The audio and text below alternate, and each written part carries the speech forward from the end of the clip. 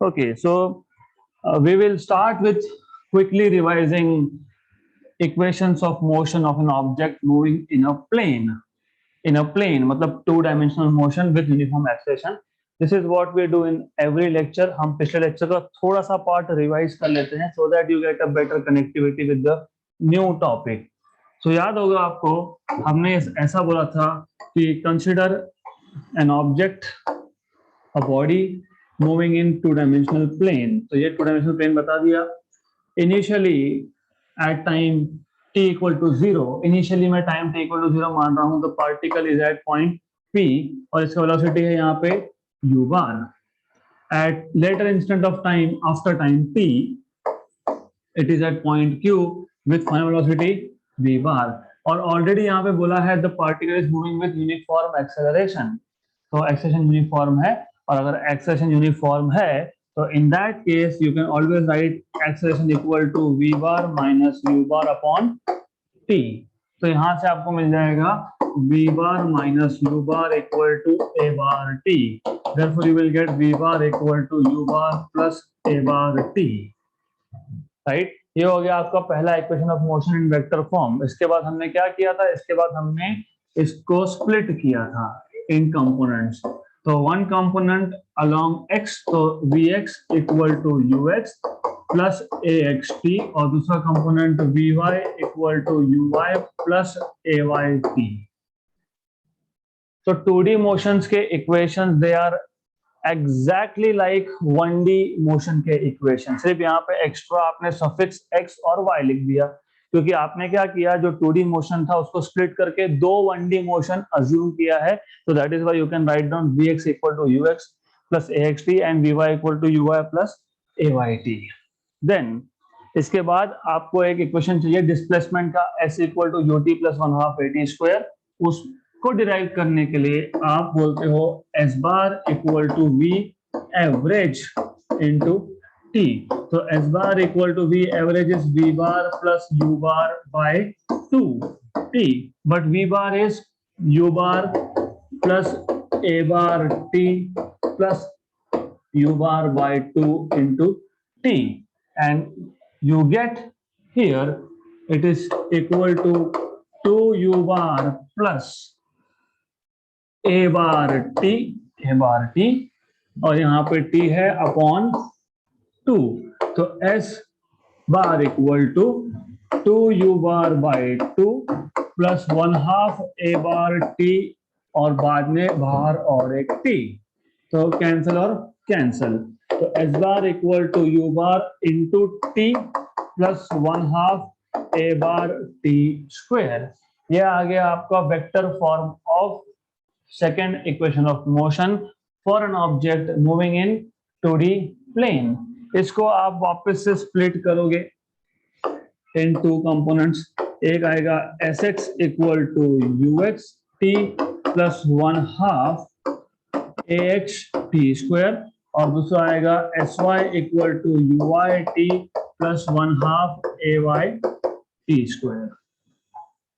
Similarly, you can also derive third equation v square equal to u square plus 2as और आप लिख सकते हो यहाँ पे vx square equal to ux square plus 2ax sx and vy square equal to uy square plus 2ay sy. Right? तो ये तीन इक्वेशन ऑफ मोशन है और ये तीन इक्वेशन ऑफ मोशन को हमने कंपोनेंट फॉर्म में लिखा है. और कंपोनेंट फॉर्म में लिखने के बाद आपके पास x कंपोनेंट अलग और y कंपोनेंट अलग तीनों केसेस में. सो you have in total 3 equations with 2 components of each equation. Okay, good. Now if this much is clear, तो अब ये जो भी इक्वेशंस हमने डिराइव किए ये सारे इक्वेशंस थे general equation of motion in a plane. हमने कहीं पे भी स्पेसिफाई नहीं किया कि वो मोशन सर्कुलर था क्या, क्योंकि circular motion of a particle is also 2 dimensional motion. जब भी पार्टिकल सर्कल के अलोंग रोटेट होगा, जब भी सर्कुलर मोशन परफॉर्म करेगा तो हर एक इंस्टेंट पे एक्स और वाई की वैल्यू चेंज होगी। मतलब circular motion is two dimensional motion. There are many examples of two-dimensional motion. For example, projectile motion. Projectile motion मतलब if I throw an object at you, अभी unfortunately I don't have something that I can throw at you. So anyways, तो projectile motion क्या होता है? Whenever you project an object in air at some initial angle theta with respect to horizontal, such a motion is called as projectile motion. Batsman ने ball को मार दिया हवा में, प्रोजेक्टाइल मोशन। फुटबॉलर ने फुटबॉल को मार दिया किक हवा में, प्रोजेक्टाइल मोशन, राइट। तो two dimensional motion can be of different types. उसमें से हम आज स्टार्ट करेंगे पहले टाइप का motion, that is projectile motion. So today we will start with the first type of motion, 2D motion, projectile motion. Before we go into details, projectile motion के details में जाने से पहले, डिटेल मतलब हम लोग कौन से कंडीशन के अंडर हमको प्रोजेक्टाइल मोशन पढ़ना है, उसमें क्या क्या अजम्पशंस है, उसका इक्वेशन कैसे डिराइव करना है, कौन कौन से मैथमेटिकल फॉर्मूले लगने वाले हैं, वो सब करने से पहले we'll start with basic and that is what is projectile. तो प्रोजेक्टाइल मतलब क्या, पहले वो पता होना चाहिए। What is projectile? So you should know what is projectile. So this was projectile. You see, when I throw an object in air, and even when he throws an object in air, that is projectile but with smaller height. तो हम वो भी देखेंगे। So first of all, you have an object which is thrown in air. इतना बोल के नहीं चलेगा, thrown in air, तो I can throw like this also. This is also projectile but a special case of projectile, right? तो if you want to define first of all, तो पहले एक चीज समझ लो कि प्रोजेक्टाइल को डिफाइन कैसे करेंगे। वेरी इजी, जहां से मोशन स्टार्ट हुआ सबसे पहले उसको ओरिजिन मान लेंगे। ओके, तो प्रोजेक्टाइल मतलब क्या, अ बॉडी। तो लिखना कैसे वो भी समझते जाएंगे। अ बॉडी, क्योंकि projectile is a body, a body thrown in air, thrown in air, क्योंकि हमने इसको एयर में थ्रो किया, राइट। अब एयर में थ्रो करोगे तो कोई इनिशियल वेलोसिटी होगी, तो a body thrown in air with some initial velocity, with some initial velocity. अगर वेलोसिटी दोगे नहीं तो फिर वो एयर में जाएगा कैसे, right. A body thrown in air with some initial velocity making some initial angle, क्योंकि ये जो इनिशियल वेलोसिटी था इसने कुछ इनिशियल एंगल बनाया होगा। Okay, making some initial angle, और एंगल किसके साथ बनाया है, हॉरिजॉन्टल के साथ। So making some initial angle with the horizontal, with the horizontal, right, moving under the action of gravity, moving freely under the action of gravity. Freely मतलब air resistance is not included. Air resistance क्यों include नहीं है हम बाद में देखेंगे। So you can say moving under the action of gravity. मैं एक वर्ड इसमें ऐड करूंगा, moving freely under the action of gravity. So you have to remember this, moving freely under the action of gravity. अब freely क्यों बोला है, of course air resistance हम नहीं लेंगे। Moving freely under the action of gravity is known as projectile, is known as projectile, right? तो जो हमने यहाँ पे रियल लाइफ में किया था, रियल लाइफ में हमने क्या किया था, मेरे पास एक ऑब्जेक्ट था, मतलब एक बॉडी है, राइट।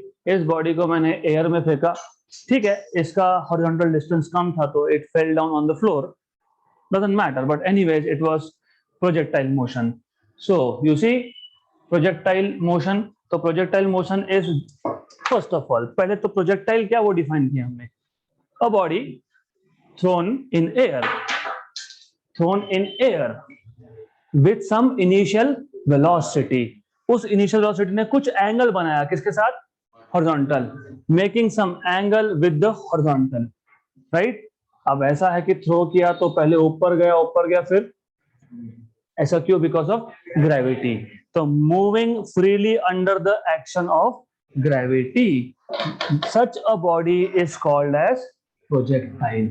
तो क्रिकेट का बॉल, फुटबॉल, वो वाला बॉल, तो it is all, they are all examples of projectile. Okay, तो प्रोजेक्टाइल को डिफाइन करते आना चाहिए, that is the first thing. तो we have defined projectile, then अब इसके साथ और क्या क्या बेसिक टर्म्स एसोसिएटेड है, वेलोसिटी ऑफ प्रोजेक्शन, तो another basic definition that you will need is velocity of projection, मतलब जिस इनिशियल वेलोसिटी से आपने उस ऑब्जेक्ट को प्रोजेक्ट किया एयर में, उसको बोलते हो velocity of projection. The velocity with which the body is projected is called as velocity of projection. So easy है, the velocity with which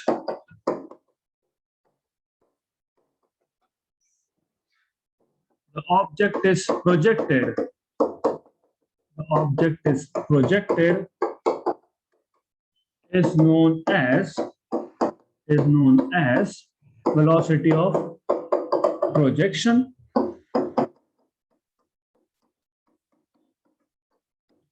What else? What else can you define? Angle of projection. Angle of projection. इसको कैसे define करोगे? The angle made by, किसने बनाया? Velocity of projection ने, किसके साथ? Horizontal के साथ. The angle made by velocity of projection with the horizontal is called as angle of projection. Okay, so the angle made by the velocity of projection, velocity of projection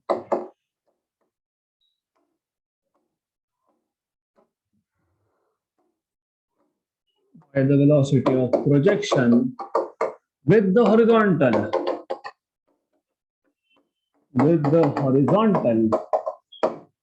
is known as angle of projection. All right. Oh, what else?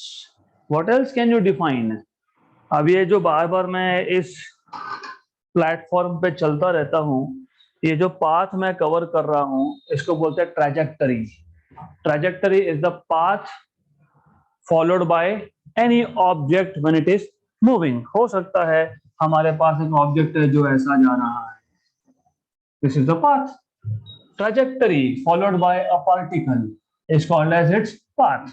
For example, there are many examples. If you have an object in circular motion, this is a trajectory. If you have a pendulum, this is the trajectory, right? For example, if you play pool or carrom board, वो जो striker होगा, वो striker जो भी path follow करेगा, maybe this is the path it follows, straight line, that is trajectory. Okay, so trajectory of projectile, तो कैसे define करोगे? इजी है। How do you define trajectory? You can just say the path followed by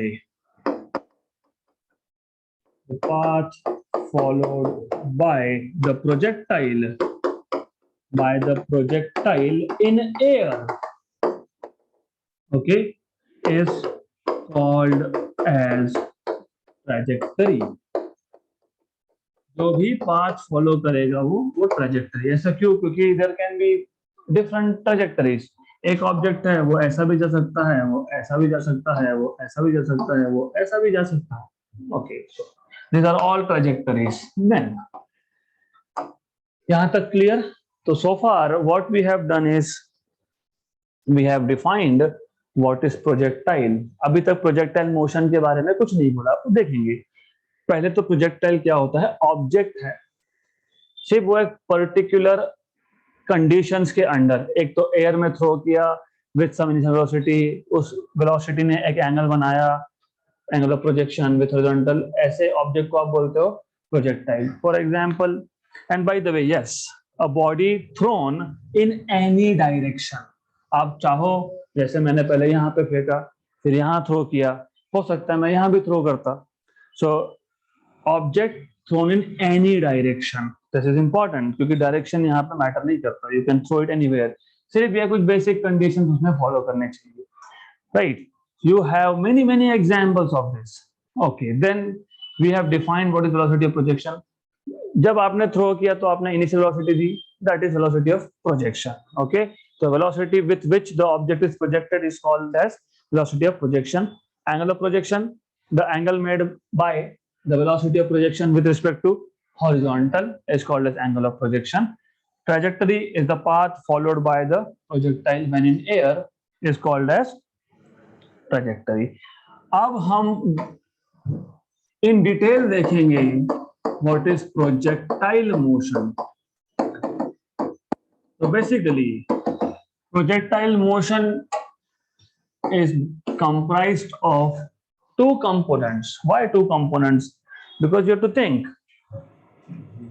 when I throw an object in air making some angle, तो ये 2D motion है। 2D motion का एक component है x, एक component है y, और इसमें भी y डायरेक्शन में फोर्स है। क्यों? Because when I throw the object up, gravity is pulling the object down, तो force is only along y direction, negative y। और इसलिए जहां जहां पे फोर्स होता है वहां वहां पे एक्सेलरेशन होता है। Why? Because you know, do you know formula of force? m into a। तो जहां जहां मतलब जिस जिस डायरेक्शन में फोर्स होगा उस डायरेक्शन में एक्सेलरेशन होगा। या तो पॉजिटिव एक्सेलरेशन होगा, पॉजिटिव एक्सेलरेशन का मतलब velocity of the object will go on increasing, या तो नेगेटिव एक्सेलरेशन होगा जिसको आप रिटार्डेशन या फिर डी एक्सेलरेशन बोलते हो, राइट? तो अगर वैसा होगा तो the velocity will go on decreasing, right? Imagine, वो बाद में लिख लेंगे हम क्या है, but you have to understand, you need to understand this very well. तो ऐसा है, सबसे पहले जहां से ऑब्जेक्ट ने मोशन स्टार्ट किया उस पॉइंट को ओरिजिन मान लो, then this is x axis, this is y axis. Now the object will follow certain path, so there is trajectory। तो मैं trajectory बता देता हूँ। So this is, let us say, the trajectory, या फिर थोड़ा सा ऊपर से लेते हैं trajectory। okay? अब as I told you कि जैसे ही ऑब्जेक्ट मूव होगा, मोशन इज 2 डायमेंशनल, तो हमको सबसे पहला काम क्या करना है, स्प्लिट, एक अलोंग x, एक अलोंग y। क्यों? क्योंकि यही तो हमने किया है। तो 2D मोशन को 2 1D मोशन जैसा ट्रीट करना है। तो यहाँ पे एक मोशन है अलोंग y और दूसरा मोशन है, एक मोशन है अलोंग y और दूसरा मोशन है along x। But what is the difference? Difference ये है कि along y there is force. क्यों? क्योंकि जैसे ही ऊपर गया तो ग्रेविटी इसको बोलेगा नीचे आ, ज्यादा हवा में मत उड़, कम डाउन, राइट? तो कम डाउन मतलब वेलोसिटी इज डिक्रीजिंग। तो एक मोशन, कौन सा मोशन, अलोंग y, ये एक्सेलरेटेड या फिर डी एक्सेलरेट होगा। कब एक्सेलरेटेड कब डी एक्सेलरेट देखेंगे। But vertical motion, because along y को क्या बोलते हैं, vertical. Vertical motion is a motion with constant acceleration. तो अभी समझ में आएगा कि वो इतना 3 लेक्चर क्यों स्पेंड किए थे, क्यों कांस्टेंट एक्सेलरेशन, कांस्टेंट वेलोसिटी बार बार बोलते रहे। फोर्स कौन सी डायरेक्शन में है, नेगेटिव y, राइट? जहां जहां फोर्स होगा वहां वहां पे या तो एक्सेलरेशन या फिर डी एक्सेलरेशन होगा। फोर्स कौन सी डायरेक्शन में है, y, तो कौन सा कंपोनेंट एक्सेलरेटेड या डीएक्सेलरेटेड होगा, y, तो vertical motion is with constant acceleration, constant velocity नहीं बोलना, क्योंकि वेलोसिटी कांस्टेंट नहीं है। क्यों नहीं है, ग्रेविटी उसको अपोज करेगा, राइट। तो होगा क्या, अब the real picture starts now. So the thing is, जो भी हमने इसको इनिशियल वेलोसिटी दी थी, वेलोसिटी क्या है, वेक्टर क्वांटिटी, तो इनिशियल वेलोसिटी को मैं वेक्टर बना देता हूं, this is vector, so this vector is u बार। और आज सुबह ही मॉर्निंग सेशन में मैंने बताया था कि कंपोनेंट कैसे करते हैं, ये है एंगल थीटा, उसका एक component, one component will go in the direction of X axis and one along Y axis.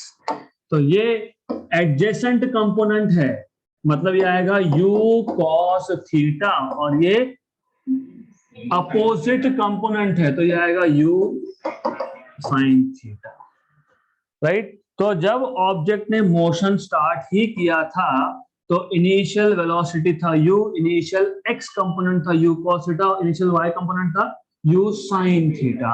अब जैसे ही ये पार्टिकल अपनी ट्रेजेक्टरी में आगे बढ़ा, तो क्या होगा, first of all x component will not change, x component जैसा था वैसा है। क्यों, क्योंकि उस डायरेक्शन में, x डायरेक्शन में कोई फोर्स ही नहीं है। ऐसा कभी होता है कि क्रिकेटर ने बॉल को मारा, फिर वहां से किसी ने रस्सी से पकड़ा, नहीं तू इधर आ, होता है, नहीं होता है। हाँ, तो नहीं होता है, मतलब x डायरेक्शन में फोर्स नहीं है। जिस डायरेक्शन में फोर्स नहीं होता है वहां पे एक्सेलरेशन हो ही नहीं सकता। Why, because force is mass into, when there is no force there is no acceleration, when there is no acceleration that means the object moves with constant velocity। तो x डायरेक्शन का जो motion है, horizontal जो motion है, वो with constant velocity है, लेकिन vertical में gravity is opposing, which means जैसे जैसे ट्रेजेक्टरी में ऊपर गया ऑब्जेक्ट, वैसे वैसे वर्टिकल कंपोनेंट कम होते जाएगा, कम होते जाएगा, राइट। और जैसे ही टॉप पे पहुंचा, इसको मैं टॉप पे बी नाम दे देता हूं, बी पोजीशन, इसको तो वो बोला ही है। जैसे ही टॉप पे पहुंचा, टॉप पे पहुंचने का मतलब vertical component becomes zero, okay. Then because now vertical component is zero, now the object will start coming down, and again when it starts coming down, again same thing happens, horizontal velocity को कोई फर्क नहीं पड़ता है, वो जैसा था वैसा ही है, because there is no force, good।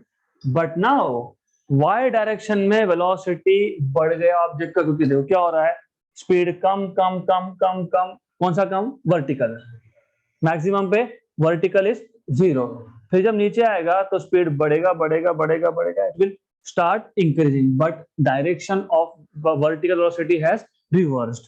पहले जो ऊपर की तरफ था, अब वही वेलोसिटी आएगा पॉइंटिंग डाउनवर्ड्स, तो it will be downward because the object is now coming downward, because gravity is pulling the object down, good। then finally वो C पॉइंट पे आ गया।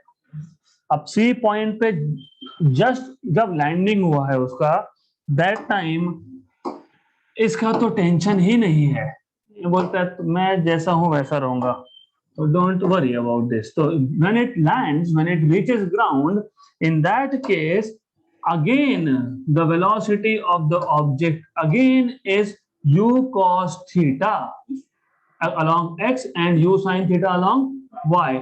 सिर्फ इतना ही डिफरेंस है, जो पहले इनिशियल u sin theta था, अब वो माइनस u sin theta हो गया, ओके, गुड। तो एक बार वापस समझाता हूं कि प्रोजेक्टाइल मोशन में हो क्या रहा है, एंड अजम्पशन आपको ये बाकी सब पता है, प्रोजेक्टाइल क्या है पता है, वेलोसिटी प्रोजेक्शन क्या है पता है, इनिशियल वेलोसिटी, एंगुलर प्रोजेक्शन क्या है वो भी पता है, initial angle made by initial velocity, okay good. Trajectory you also know, it is the path followed by the projectile। Now when you talk about projectile motion, first of all projectile motion is the combination of two motions. तो यहां से start करना, क्योंकि ये combination of two motion क्यों? Because the motion is itself is two dimensional, it is in a plane. Okay, so क्या बोलोगे यहाँ पे? Projectile motion is a combination of projectile motion is a combination of two components। उसमें से number 1 vertical motion, और मैंने आपको बताया था कि vertical motion is with constant acceleration, vertical motion with constant acceleration.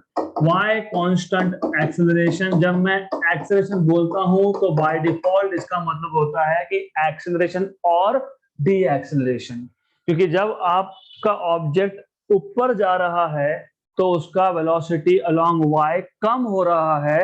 कम होना मतलब वो de-accelerate हो रहा है। That is why here acceleration means either acceleration or de-acceleration, right? और vertical motion with constant acceleration या डीएक्सेलरेशन क्यों है? Because when the object goes up the force is at any position it is always downwards. क्यों? Because there is gravity of the earth pulling the object down. तो force का direction क्या? Force का direction क्या? Yes, along Y but downwards. Very good. Horizontal direction में कोई force था क्या? नहीं। जिस डायरेक्शन में फोर्स होगा वहां पे एक्सेलरेशन होगा। कौन से डायरेक्शन में फोर्स है? वर्टिकल में, इसलिए हमने क्या लिखा है? With constant.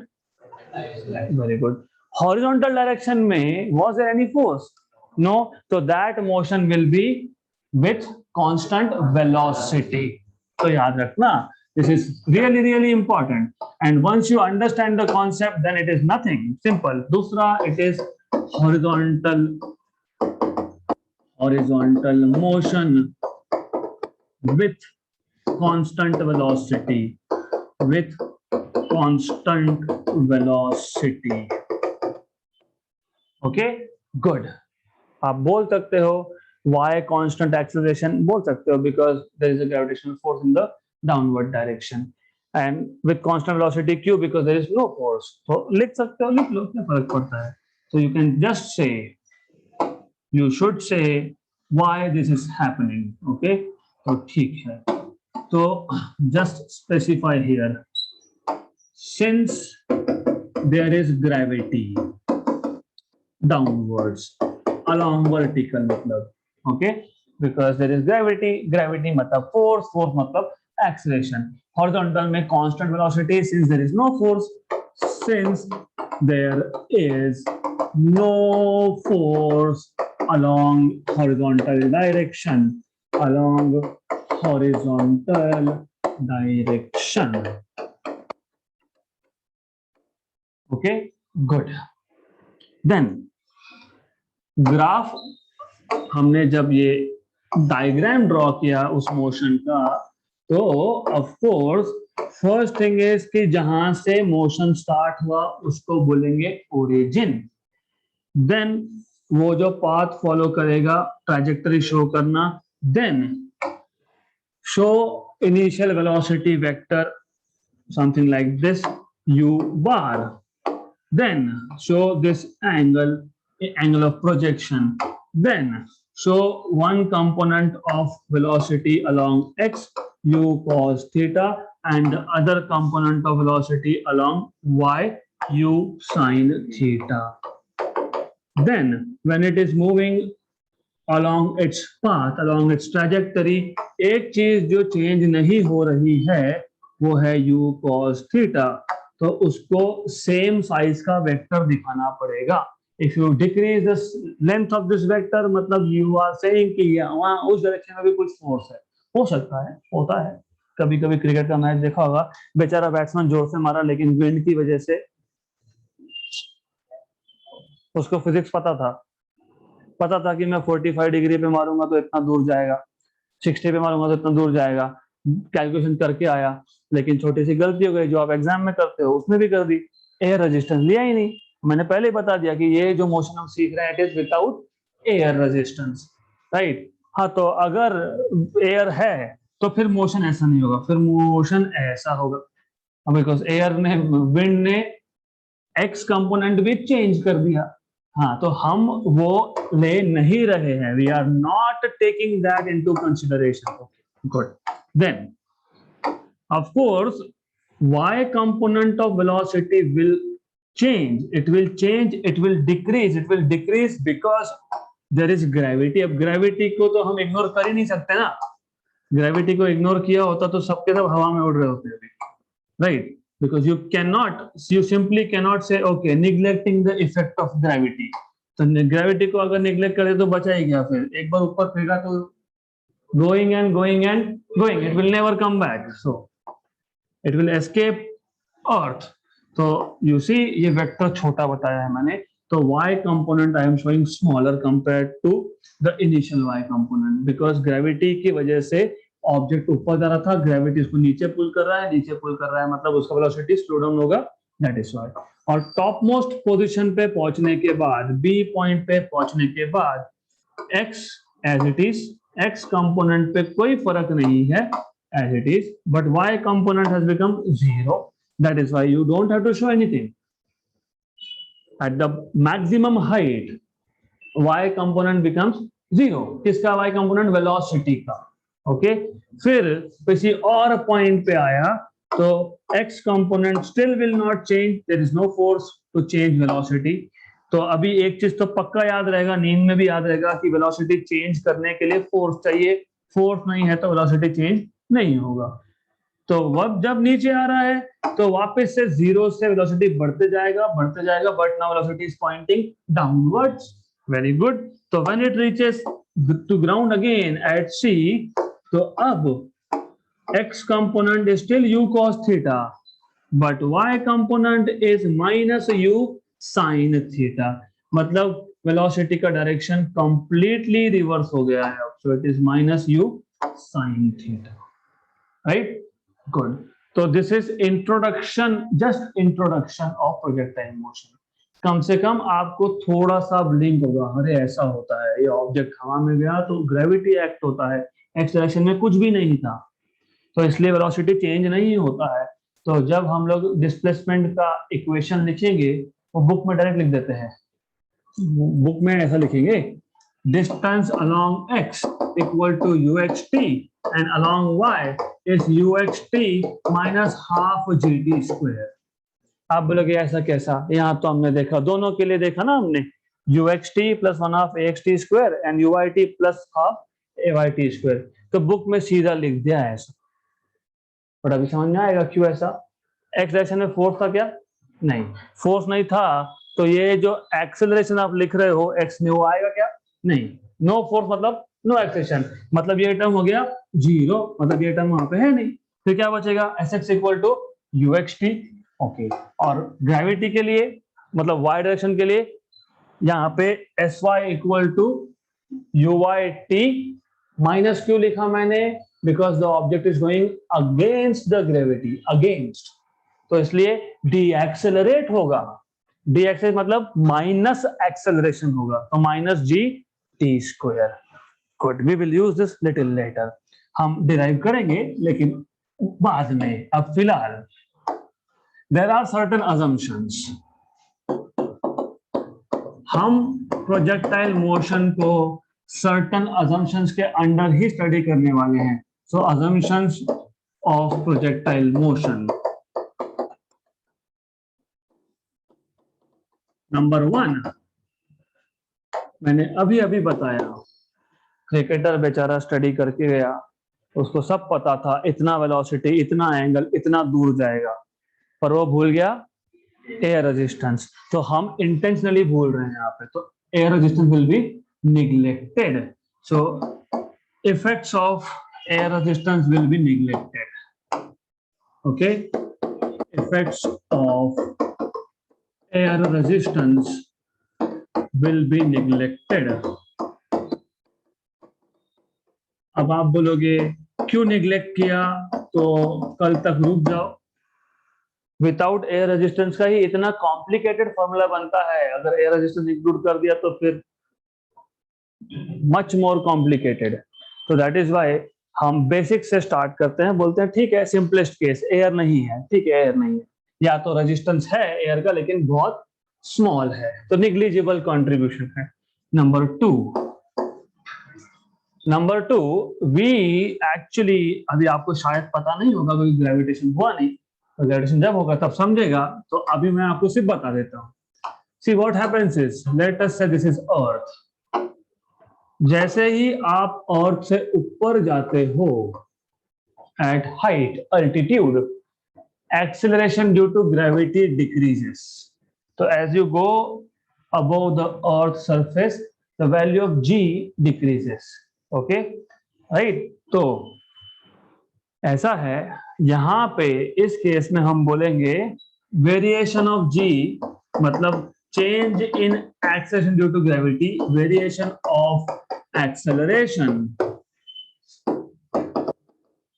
due to gravity with height is neglected। मतलब जैसे जैसे कि प्रोजेक्टाइल मोशन आपने ऑब्जेक्ट को कहां थ्रो किया, अबव हाइट पे एयर में, राइट, इसका मतलब अर्थ की सरफेस से उसका डिस्टेंस चेंज हो रहा है, उसका हाइट चेंज हो रहा है। और आप ग्रेविटेशन में सीखोगे कि जैसे ही एक ऑब्जेक्ट, एक बॉडी अर्थ के सरफेस से ऊपर जाता है तो उसके लिए जी का वैल्यू कांस्टेंट नहीं रहता, it goes on decreasing, right. लेकिन कब, जब उसका हाइट बहुत ज्यादा है कंपेयर टू, मतलब it should be, what is radius of earth by the way, you know what is radius of earth, 6400 kilometre. Okay, तो if I throw object at a height of 100 kilometre, फिर ठीक है, then value of ji will not be constant. If I throw the object at 200 kilometre, 300 kilometre, तो value of ji will not be constant. जैसे जैसे object height पे जाएगा वैसे वैसे जी का वैल्यू कम होता जाएगा। लेकिन कभी सुना है क्या, और किसी कम्युनिकेटर को बोलते हैं वाह what a shot, the object wait 100 kilometre, होता है ऐसा? Can you throw object in air up to height of 100 kilometre? नहीं, मतलब normally the projectile we are talking is very small height, very small height compared to the radius of earth. So if you compare with the radius of earth, थोड़ा सा और compare कर लेते हैं, तो थोड़ा जूम मोड में है, we are zooming this object, earth को हम बहुत बड़ा दिखा रहे हैं। Okay, so when you compare, this is very small, very small. तो यहाँ पे जो हमने एक सेकंड अजम्पशन लिखा है, variation of acceleration due to gravity with height is neglected, this is true when height of the projectile is very small compared to radius of the earth. Okay, so this is true when height of the projectile is very small compared to radius of earth. Number 3, तो हम जो भी equation derive करेंगे वो 4 assumption के under होंगे। पहला assumption क्या है, एयर रेजिस्टेंस निग्लेक्ट करना है। दूसरा अजम्पशन क्या है कि value of ji is not changing even though the object is going to some height. और आप ग्रेविटेशन चैप्टर में सीखोगे कि जैसे ही ऑब्जेक्ट किसी हाइट पे जाता है तो जी की वैल्यू चेंज होती है, the value of g changes. पर ये हाइट इतना छोटा है compare to radius of earth कि value of ji is almost constant. तीसरा, third case, well if you remember, of course याद तो होना चाहिए, दिन होता है रात होती है, मैं शेरो शायरी नहीं कर रहा हूँ, फिजिक्स बता रहा हूँ, दिन होता है रात होती है because earth is rotating. Good, तो है, वी फॉरगॉट वन थिंग। मान लो मैंने प्रोजेक्टाइल को यहां से ए पॉइंट से निकाला, अब वॉर होता है, हमको हमारे एनिमी के जो भी वहां पे उनका कैंप होगा, जो भी होगा, वो उड़ाना है। हमको ए से बी पे बम फेंकना है, right? So but earth is rotating. मुझे मारना था बी पे, लेकिन अर्थ रोटेट हो गया और वो पहले ही आके गिर गया, क्योंकि अर्थ तो रोटेट होगा ना। अर्थ इज रोटेटिंग, एग्जैक्टली। नहीं समझ में आया तो वापस समझा देता हूँ, कोई बात नहीं, इजी है, concept is easy. Think about this. ये अर्थ का rotational axis, earth is rotating like this. I have a missile here, I want to hit the target at B. तो मैंने जब टारगेट पे मारने की कोशिश की तो I want the trajectory something like this. ये जो प्रोजेक्टाइल है जाके बराबर बी पे गिरना चाहिए, जब ए और बी स्टेशनरी है, बट अर्थ हो रहा है रोटेट। अर्थ रोटेट होगा तो दो चीजें होगी, अर्थ के रोटेशन के ऊपर डिपेंड करता है। अभी अर्थ अगर आप क्लॉकवाइज रोटेशन ले रहे हो तो बी सिटी पास में आ गया, एंटी क्लॉकवाइज ले रहे हो तो बी सिटी दूर चले गए, तो हमारा टारगेट ही मिस हो गया। बट वो कब होता है? When the horizontal distance is very very large. तो बाय द वे, वापिस से the idea is pretty simple. तो जब आप कभी भी अर्थ पे, on the earth, whenever you are hitting the target, so this is also assumed horizontal distance, मतलब ये distance, अभी vertical distance की बात नहीं है, अभी है horizontal distance। this horizontal distance, इसको मैं r से नोट करता हूँ, it is very very less than radius of earth। तो effect of rotation of earth will also be neglected। this is true when horizontal distance of the projectile is very very small compared to the radius of earth। नहीं तो पता लगा मारने एक जगह पे गए थे, गिर कहीं और गया, तो वैसा नहीं चाहिए। सो क्या बोलोगे यहाँ पे? यहाँ पे क्या बोला आपने? Variation of ji is neglected. यहाँ पे क्या बोलोगे? वेरिएशन या फिर rotation of earth, rotation of earth is to be neglected, is to be neglected। this is true when horizontal distance of the projectile is very small compared to radius of earth, Number 4, the only force acting on the projectile is gravity, that's it, there is no other force। और gravity किसका? अर्थ का, right? नहीं तो you will say हाँ यहाँ पे अर्थ है, यहाँ पे मून है, मैंने प्रोजेक्टाइल को छोड़ा और मून ने अट्रैक्ट कर लिया। No, so only force acting on the projectile is force of gravity, Earth's gravitational force। so only force acting on the projectile is gravitational force of Earth, okay। तो just quick recap, very very quick recap. ये तो अभी आपको पता ही है, हमने projectile motion, क्योंकि ये 2 डायमेंशनल मोशन है, इसके 2 कंपोनेंट्स कर लिए। एक था वर्टिकल, जो है कांस्टेंट एक्सेलरेशन के साथ, क्योंकि वर्टिकल डायरेक्शन में ग्रेविटी है इसके लिए। दूसरा है हॉरिजॉन्टल मोशन, जो है कांस्टेंट वेलोसिटी के साथ, क्योंकि कोई फोर्स नहीं है। जब फोर्स नहीं है तो एक्सेलरेशन नहीं है, एक्सेलरेशन नहीं है मतलब वेलोसिटी कांस्टेंट है। Very good. Then we have seen why component of velocity is changing and why x component is not changing। good। then हम, not today but in the next session, हम ये सारा projectile motion equations में derive करने वाले हैं, right? तो we want equation to describe the motion, कौन सा motion, projectile motion, right, good. और वी विल नीड दिस क्योंकि हमको पता होना चाहिए कितने एंगल पे कितने वेलोसिटी से मारा तो इतना दूर जाके गिरेगा। You need to know this, angry bird खेलने के लिए भी चाहिए, राइट, कितने ऊपर से मारा तो कितना दूर जाके गिरेगा, ओके, तो you should know this. So what and by the वे वो एंग्री बर्ड गेम में ये सारे इक्वेशंस डालने पड़ेंगे आपको, वो जो डेवलपर होते हैं they do all this coding. So anyways, so whatever equations we will be deriving in the next session will be under 4 assumption. Number 1, air resistance को कंसिडर नहीं करना है।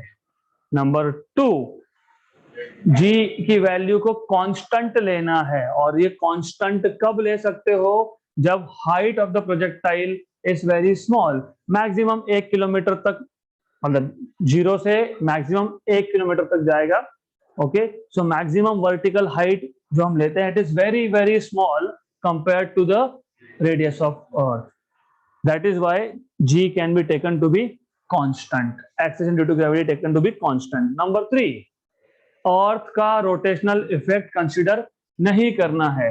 ये क्यों नहीं करना है, क्योंकि द रेंज बोलते हैं उसको, horizontal range, maximum horizontal distance covered by a projectile is very small, few kilometers, few 100 kilometers, okay, right। जो करंट डे टेक्नोलॉजी है मैं उसकी बात नहीं कर रहा हूं, क्योंकि you already have missiles which can hit the target to a precision up to 1000 kilometer, तो उसमें physics will be quite complicated, क्योंकि वहां पे 1000 किलोमीटर मतलब रेंज इज क्वाइट लार्ज। दूसरा एयर रेजिस्टेंस है, ओके, तो उसकी बात मैं नहीं कर रहा हूं, good. Then only force acting on the projectile is gravitational force of earth, that's it, so that's it for today।